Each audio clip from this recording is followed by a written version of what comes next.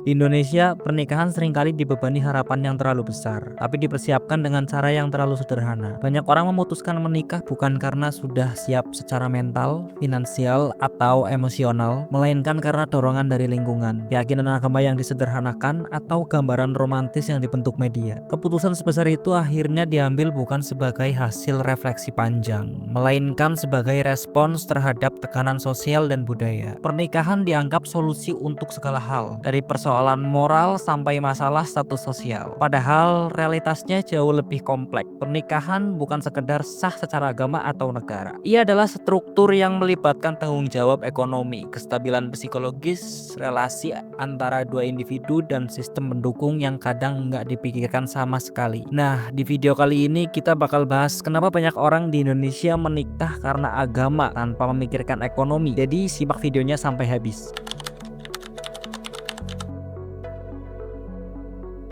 Di banyak lapisan masyarakat di Indonesia, pernikahan telah menjadi ukuran sosial, bukan lagi soal kesiapan individu. Banyak yang akhirnya menikah bukan karena sudah matang secara emosi atau memiliki fondasi ekonomi yang cukup, melainkan karena dorongan dari lingkungan terlalu kuat untuk diabaikan. Standar sosial yang diwariskan dari generasi ke generasi membuat orang kehilangan ruang untuk menunda atau berpikir lebih panjang. Dalam lingkungan seperti ini, tidak menikah pada usia tertentu sering dianggap sebagai kegagalan yang tidak diucapkan. Tekanan ini cukup untuk mendorong seseorang mengambil keputusan yang belum mereka pahami sepenuhnya. Masalahnya bukan hanya tekanan dari keluarga, tetapi juga dari sistem sosial yang kolektif. Dalam masyarakat yang mengutamakan keharmonisan kelompok, keputusan personal seperti menikah menjadi bagian dari ekspektasi bersama. Dianggap terlalu lama hidup sendiri bisa memunculkan pertanyaan, dan pertanyaan itu dengan cepat berubah menjadi penilaian. Orang akhirnya mengikuti arus, bukan karena mereka siap membangun rumah tangga, melainkan karena ingin dianggap normal. Pada titik ini, pernikahan bukan lagi hasil pertimbangan rasional, melainkan cara untuk bertahan dari tekanan sosial yang halus namun kuat. Secara psikologi sosial, ini disebut konformitas normatif,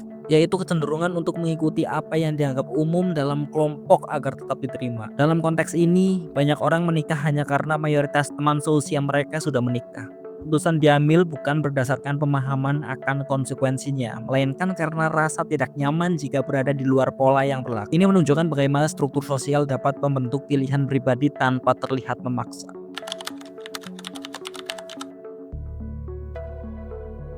Permasalahan makin kompleks ketika pernikahan dipahami sebagai sesuatu yang otomatis harus dijalani begitu mencapai usia tertentu. Hampir nggak ada ruang untuk mempertanyakan apakah pernikahan memang perlu sekarang atau bisa ditunda sampai kondisi mental dan finansial lebih stabil. Norma sosial cenderung mendesak, tapi nggak pernah datang dengan dukungan nyata. Setelah pernikahan terjadi, mereka yang dulu memberi tekanan gak ikut terlibat dalam dinamika setelahnya. Beban hidup yang muncul pasca pernikahan, baik itu soal ekonomi, emosi, atau relasi, jadi tanggung jawab penuh pasangan itu sendiri. Keputusan menikah yang terburu-buru membuat banyak orang masuk ke struktur rumah tangga tanpa bekal realistis. Harapan bahwa semua akan berjalan lancar setelah menikah sering tumbuh dari tekanan sosial yang sudah lama dibiasakan. Narasi tentang pernikahan sebagai solusi dari masalah pribadi atau sosial diperkuat terus-menerus tanpa evaluasi. Padahal justru karena tekanan ini, banyak yang akhirnya menyadari bahwa kehidupan setelah menikah jauh lebih kompleks dari yang mereka kira. Tapi penyesalan itu datang ketika segalanya sudah terlanjur jalan.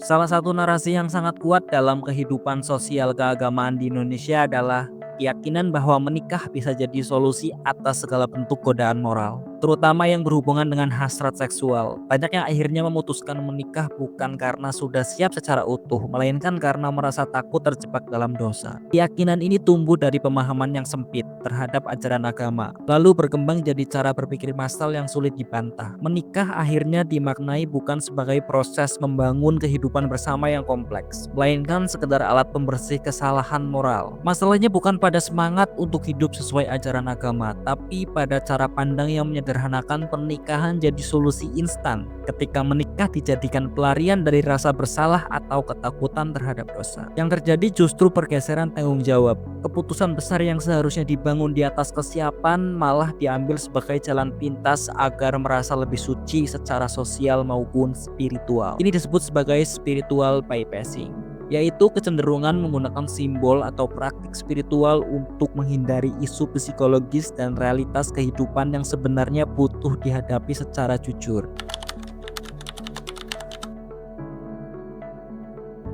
Konsekuensinya bisa sangat nyata. Banyak pernikahan yang akhirnya berjalan dalam tekanan karena fondasi utamanya bukan kejelasan visi hidup bersama, melainkan merasa bersalah yang belum selesai. Ketika ekonomi bermasalah, ketika konflik mulai muncul, atau ketika realitas kehidupan rumah tangga itu tidak sesuai harapan. Kondisi spiritual yang tadinya diandalkan pun ikut goyah. Pasangan yang belum merasa aman karena sudah menikah secara agama justru mulai merasakan beban yang lebih berat. Masalah demi masalah muncul tanpa kapasitas yang cukup untuk menghadapinya. Pernikahan dalam kondisi seperti ini justru berpotensi memperburuk kondisi batin. Banyak yang mulai merasa gagal, merasa berdosa ulang karena nggak bisa menjaga rumah tangga. Tekanan moral datang dua kali. Pertama saat mereka belum menikah dan merasa berdosa karena belum sah. Dua saat mereka sudah menikah tapi nggak mampu mempertahankan komitmen yang dibangun secara tergesa-gesa. Ini menciptakan siklus kelelahan spiritual yang nggak semua orang sadar sedang mereka jalani.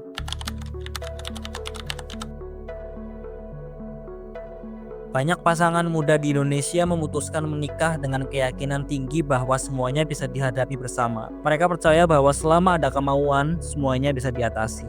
Keyakinan itu terdengar positif, tapi seringkali nggak dibarengi dengan kesiapan nyata. Tidak punya tabungan, bisa dikejar nanti. Tidak punya tempat tinggal, bisa disiasati. Tidak paham manajemen keuangan, dianggap bukan masalah. Semua digantungkan pada harapan dan semangat, bukan pada perencanaan dan kapasitas nyata. Fenomena ini bisa dijelaskan lewat efek Dunning-Kruger, sebuah bias kognitif di mana orang dengan pengetahuan dan pengalaman minim justru merasa paling yakin atas kemampuan mereka. Karena tidak tahu seberapa besar tantangan yang akan dihadapi, mereka merasa yakin bisa mengatasi semuanya. Dalam konteks rumah tangga, efek ini sangat relevan. Banyak yang memulai pernikahan dengan keyakinan bahwa hidup bisa dijalani sambil belajar, tanpa memahami bahwa beberapa kesalahan dalam rumah tangga bisa berdampak besar dan jangka panjang. Keyakinan berlebih ini juga diperkuat oleh narasi umum bahwa rezeki akan terbuka setelah menikah, bahwa Tuhan akan mencukupkan, bahwa kesulitan akan jadi jalan menuju berkah. Kalimat-kalimat ini terus diulang sampai terdengar seperti kepastian. Tapi dalam kenyataannya, banyak pasangan yang justru terjebak dalam kondisi finansial yang tidak stabil karena tidak pernah belajar cara membangun fondasi ekonomi sejak awal. Mereka menaruh beban besar pada keyakinan abstrak tanpa disertai langkah-langkah konkret. Yang lebih mengkhawatirkan, banyak dari mereka nggak sadar kalau mereka sedang tidak tahu. Karena merasa yakin, mereka menutup diri terhadap masukan. Mereka menganggap siap, padahal yang seharusnya terjadi adalah ketidaktahuan tentang apa saja yang perlu disiapkan. Ini bukan hanya soal kurangnya pengetahuan, tapi soal ilusi kompetensi.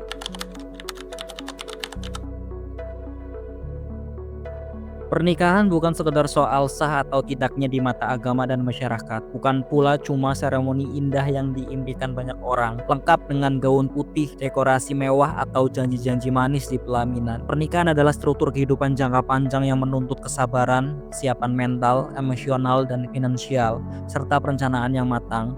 Ia adalah komitmen besar yang tidak hanya melibatkan dua individu, tetapi juga membawa dampak pada keluarga, lingkungan, bahkan generasi mendatang. Sayangnya, realitas di lapangan seringkali berbeda. Banyak keputusan menikah masih dipicu oleh faktor-faktor yang kurang sehat, tekanan sosial yang mengharuskan seseorang menikah di usia tertentu, ilusi romantisme yang terlalu diidealisasikan dari film atau media sosial, atau pemahaman agama yang setengah-setengah, yang kadang hanya berfokus pada aspek ritual tanpa memahami esensi tanggung jawab. Akibatnya banyak rumah tangga yang dibangun di atas fondasi rapuh tanpa kesiapan yang cukup untuk menghadapi dinamika kehidupan berumah tangga. Ketika fondasi itu goyah, dampaknya tidak hanya dirasakan oleh pasangan, tetapi juga anak-anak, keluarga besar, dan masyarakat di sekitar mereka. Pernikahan bukanlah solusi ajaib untuk menyelesaikan masalah hidup, seperti kesepian, tekanan keluarga, atau ketidakpastian masa depan. Ia adalah tanggung jawab yang nyata yang membutuhkan kerja keras, komunikasi yang jujur, dan kemauan untuk terus belajar serta bertumbuh bersama. Sudah saatnya kita mengubah cara pandang terhadap pernikahan dari sekadar capaian simbolik atau ekspektasi sosial menjadi sebuah langkah sadar yang didasari oleh kesiapan dan pemahaman pemahaman mendalam tentang maknanya. Apa pendapat kalian tentang fenomena ini? Pernahkah kalian melihat atau mengalami sendiri bagaimana tekanan sosial atau pemahaman yang kurang utuh mempengaruhi keputusan pernikahan?